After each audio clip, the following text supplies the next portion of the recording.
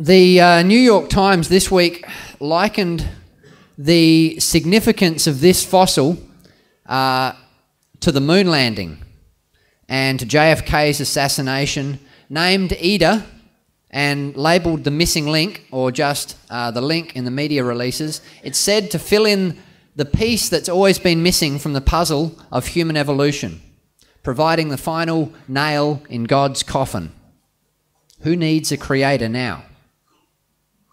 So I'd like this morning to address this matter of our origins according to the scriptures and according to human evolution from primates, because you're going to come across this. People who believe this, believe me. And 1 Peter 3:15 says that as believers we should always be ready to give a reason for the hope that we have. But I'd also like to address this because what a person believes about where they came from has a direct impact not only on what they believe about where they're going, but on how they live in the meantime. So a presentation on our origins, while we might actually be getting a bit scientific this morning or theoretical, a presentation on our origins is fitting for a forum like this, because this topic of creation and evolution is not only theoretical, it's practical. And I hope you'll also find reasonable and logical, because in this imagined struggle between science and scripture, it sometimes isn't presented that way, reasonably or logically. A lot of people have said a lot of dumb things on both sides of the debate, this week included. You have the creationists on one side who can be horribly guilty of pumping out books with half-baked reasoning and scientific error. As someone trained in science, I cringe at some of the arguments that are put forward, mostly by overzealous but undereducated lay people who are as well-intentioned as they are misinformed. And then you have the so-called objective evolutionists on the other side, and like creationists, it's the outspoken ones, not the level-headed ones, that are often most heard but least rational. Because I don't want to be painted with either of those brushes, I should answer a couple of questions at the outset about where I stand. Many in this room know my background, but those listening on YouTube or wherever this may end up may wonder what makes this bloke qualified to speak on this topic, and why wouldn't I be just as biased as the rest of them?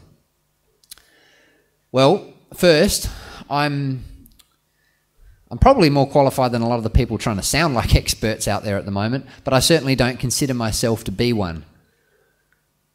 I do have a degree in science, and my thesis was in the field of primatology, the study of apes, and I had the offer of a research position in Rwanda, working with mountain gorillas, supposedly our close relatives. I was actually considered a specialist in the field by some at the time, not anymore, but I do have a little experience in this and a little more qualification than just theology, which I have a master's degree. And this is the other thing, you know. It's a field of learning that few in the scientific arena have, which often lessens their or leaves their reasoning lacking, to say the least. Secondly, am I biased? Well, yeah. But who isn't? Everyone starts with a foundational bias, you know, or belief that affects the way they interpret the evidence. So if bias disqualified a person from having an opinion on the topic of origins, then no one would be able to say anything. We'll come back to that. I just wanted to make clear at the outset that I do recognise, as everyone should in this debate, that I am biased, but it's not an uneducated bias. And the other thing about this debate is that a lot of people see science and religion on opposite sides of the debating table, that the two can never agree. But I believe by sitting on opposite sides of the table, science and religion are simply looking at the same table from different angles, right? We're talking about the same thing, just using a different language. So it's not a matter of choosing between science and religion. Well, I guess it is with some religious views out there, but not when it comes to creation. This is simply a matter of choosing between the science of one religion, creation, and the science of another religion, evolution. Both, or call them beliefs, not religion. Both models ultimately deal with matters of faith, and both are supported by theories of science. Both are biased in the way they view the evidence, and so the question, as always, is not which one is biased and which one is not biased, but which is the best bias with which to be biased, as I think Ken Ham put it. And I can see and respect where the evolutionist is coming from. On the matter of human evolution, for example, our topic for this morning, it's hard to deny that there are great similarities between humans and apes. I debated whether to show that. Poor old George Bush. He's been pretty picked on.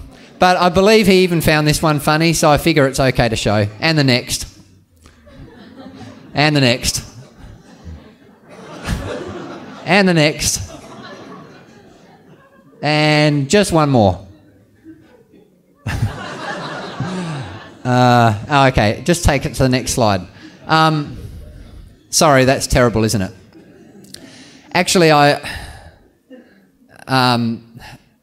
to show I wasn't making a political comment, I did try to change it to my face, but I seriously couldn't pull the same looks. Anyway, a main reason people hold to human evolution is because of this sort of likeness, quite seriously. It's true, we share 98% of our DNA with chimpanzees, which leaves many to conclude that we must be 98% chimpanzee. However, and this is something you don't hear, we also share 50% of our DNA with zucchinis. It's true. And plants have DNA as well, by the way. So, and no one argues that we're 50% zucchini. And the 2%, besides the 2% that's not alike between our DNA and chimpanzee DNA, equates to somewhere around 60 million structural differences. Okay? So this whole 98% likeness thing is one of those statistics that sounds amazing until you actually question it. Like 90% fat-free food, you know? Sounds great until you realise, hang on, it's 10% fat. The truth is all animals and plants share massive amounts of design because I believe they share the same designer. But they also differ in such massive ways that it would be astronomically improbable for chimp-like DNA to turn into human DNA through the process of random chance. 60 million changes? And evolutionists agree it's highly improbable. But it must have happened, they believe, because that's what the evidence suggests. Enter Ida, the latest exhibit to be placed on the bench in the case against creation. This morning, I'd like you to be the jury as we call 3 witnesses to the stand. Science, psychology, and scripture. Regarding the witness of science, we'll ask, what is she, this Ida? I pronounced it Ida last week, but it's actually pronounced Ida, who has taken the world by storm. To the witness of psychology, we'll ask, what does she tell us about our origins, supposedly? And from scripture, we'll ask, well, why does it matter? Let's start with science to better understand what this find is all about. Ida is an extraordinary fossil, 95% intact, which is almost unheard of. The fur is still visible, even the stomach contents. I agree, she is an amazing find, okay?